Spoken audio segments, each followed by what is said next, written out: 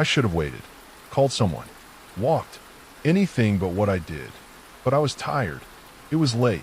My phone had died hours ago, and honestly, I just wanted to be alone. It was around 11:30 p.m. on a Thursday. I'd been at Malik's for most of the evening. We were supposed to be studying, but we mostly just sat around in silence, both burned out. He offered to let me crash, said his mom wouldn't care, but I brushed it off. I told him I needed my own bed, said I'd catch a cab. The truth? I didn't want to seem like I couldn't handle myself. I didn't want to ask for help again. So I smiled, said I'd be fine, and left. That was my mistake. I walked to the corner of 9th and Maple, where cabs usually passed by. It was quiet, too quiet. No cars, no people.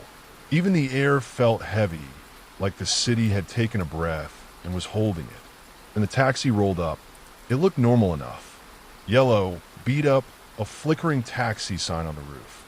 No logo, no numbers. It didn't even pull up with sound, just glided to a stop, engine barely audible. I told myself it was probably an electric hybrid or something. I opened the back door and got in. Where to? The driver asked without turning around. 128 Evergreen Drive, I said, shutting the door. Immediately, I heard the locks engage. Not just a click. It was like the whole car sealed shut. The air turned stale. We pulled away from the curb. At first, I didn't notice anything strange. We passed a few stores, an empty gas station. But about 2 minutes in, I realized something was off. We should have turned right at a light, but we kept going straight. Hey, I think you missed a turn, I said. No response. Sir, still nothing. He didn't shift, didn't blink, just stared ahead. You gave me the address, he finally said. I'm taking you there. I leaned forward slightly. I don't think this is the way. He didn't answer, but the way he gripped the steering wheel, it looked unnatural. Like his hands weren't shaped right under the gloves. Or maybe they weren't gloves at all. That's when I noticed the smell. It wasn't strong at first. Faint metallic like rust. Then it thickened. A sour, wet odor, like something old had been left in a damp basement for too long. Sweat. Mold. Something else. I tried the door. Locked. I pressed the window switch. Nothing. The roads were getting unfamiliar. Streetlights became sparse. The buildings turned older. Run-down apartment blocks, boarded windows, rusted signs. One of the stores we passed was called the Forgetting Room. Another said, "Stay still." "Let me out," I said. Silence. Then the driver slowly turned his head toward me, but not like a normal person. His shoulders didn't move, just his neck. Too far. I heard the cartilage stretch, then pop. His face turned just enough that I saw his right eye. It was completely black. No reflection. Just a pit. "You asked to go home," he said flatly. "That's where we're going." My heart hammered in my chest. I tried to open the other door. Nothing. I looked for a manual lock, anything. Then I saw the meter. It wasn't counting money. It was listing names, one after another, flickering like a slot machine. Darla Mendez, Evan Cray, Jonah Thatch. I didn't recognize any of them. Then it stopped.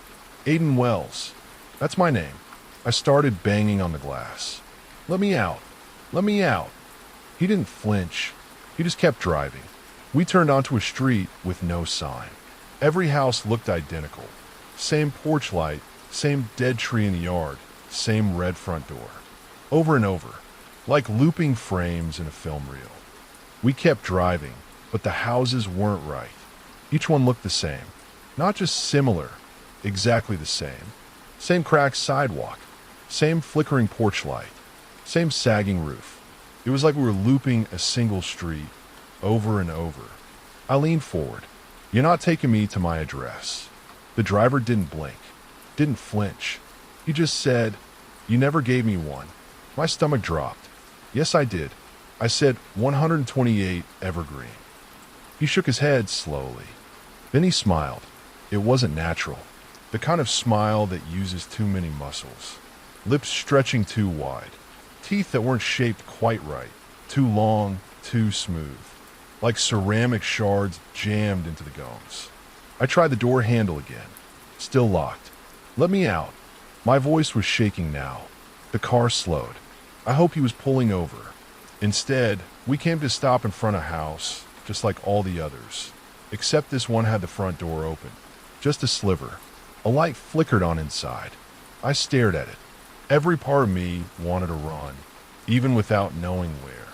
But something kept me still, like I was sinking into the seat. Then I saw something that made my chest tighten.